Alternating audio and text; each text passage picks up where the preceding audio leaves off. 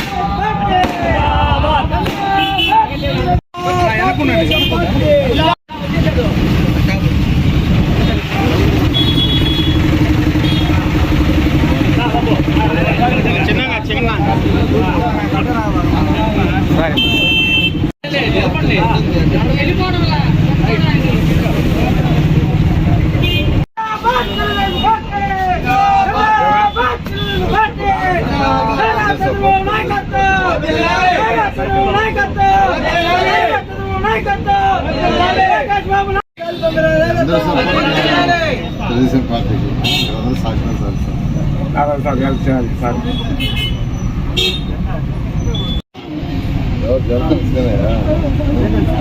సుధీర్గా వెనకబెట్టు.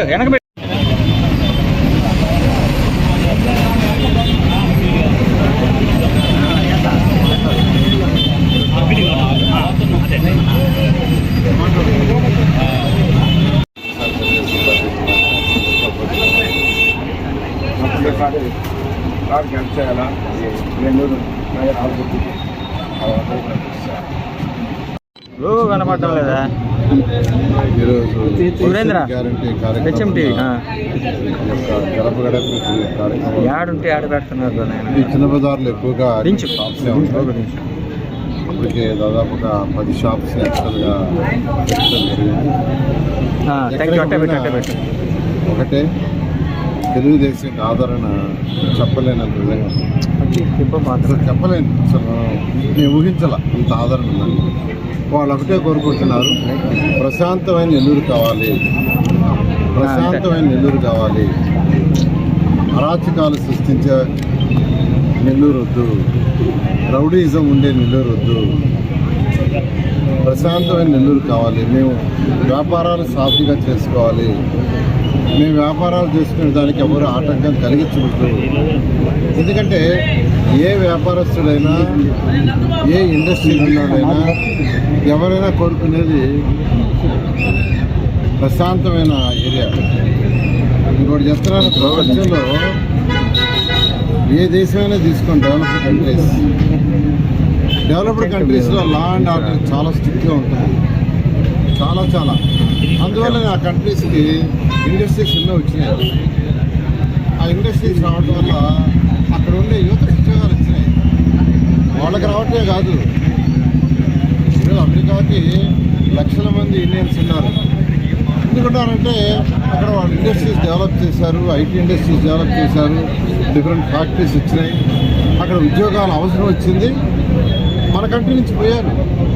మన తెలుగు వాళ్ళే లక్షల మందిలో ఉన్నారు. ఎందుకంటే అక్కడ ప్రశాంతం, లా అండ్ ఆర్డర్ చాలా స్ట్రిక్ట్ ఉంటుంది. జపాన్ తీసుకోండి, జపాన్లో కూడా అంతే. చైనా తీసుకోండి అంతే. సింగపూర్ స్మాల్ సిటీ, సింగపూర్ సిటీలో 55 లక్షల మంది ప్రజలు ఉంటే ఆ సింగపూర్కి సంబంధించిన 35 లక్షల, సుమారుగా 20 లక్షలు ఇతర దేశాల వాళ్ళు. మన కంట్రీ వాళ్ళు 7% ఉన్నారు. మన కంట్రీ వాళ్ళు 7% ఉన్నారు అక్కడ. అంటే ఎందుకు ఉన్నారంటే అక్కడ ఇండస్ట్రీస్ వచ్చినాయి. ఇండస్ట్రీస్ వచ్చినాయి కాబట్టి ఉద్యోగాలు అవసరాలు ఉన్నాయి. వాళ్ళ కంట్రీలో ఉండే వాళ్ళకి కాకుండా మిగతా వాళ్ళకి కూడా ఇస్తున్నారు. అలా ఎందుకంటే అక్కడ law and very strict. Singapore లాంటి కంట్రీస్లో, జపాన్ కావచ్చు, యుఎస్ఏ కావచ్చు, యూకే కావచ్చు, లా అండ్ ఆర్డర్ చాలా స్ట్రిక్ట్ ఉంది. ఇక్కడలాగా పిచ్చిగా కొట్టటాలు, కేసులు పెట్టాలు ఇట్లా ఉండవు. కాబట్టి ఈరోజు నెల్లూరు ప్రజలు ఏం కోరుకుంటున్నారంటే ఎక్కడ పెట్టినా సార్ ప్రశాంతమైన నెల్లూరుని క్రియేట్ చేయండి. మీరు 2014-19 వరకు ఎక్కడ ఎటువంటి లేవు, అన్ని కుల మతాల్ని కలుపుకుంటా పోయారు అని ప్రతి ఒక్కరు ఒకటే. వాడు తప్పితే వేరే చెప్పడం లేదు. ఎందుకంటే వాళ్ళ వ్యాపార సాఫీగా జరగాలంటే ఇది కావాలి. కాబట్టి ఖచ్చితంగా 2024లో తెలుగుదేశం వస్తుంది. లా అండ్ ఆర్డర్ నెల్లూరులో స్ట్రిక్ట్గా జరుపుతాం. ఎవరు ఒకరిని వాళ్ళని, ఇప్పుడు వైసీపీ వాళ్ళ మీద గెలిచి తీసుకోవటాలు, లేదా ఇంకో పార్టీ వాళ్ళని గెలిచి తీసుకోవటాలు ఉండవు. న్యాయబద్ధంగా పరిపాలన చేస్తాం. సుపరిపాలన ప్రజలకు ఇవ్వడం జరుగుతుంది.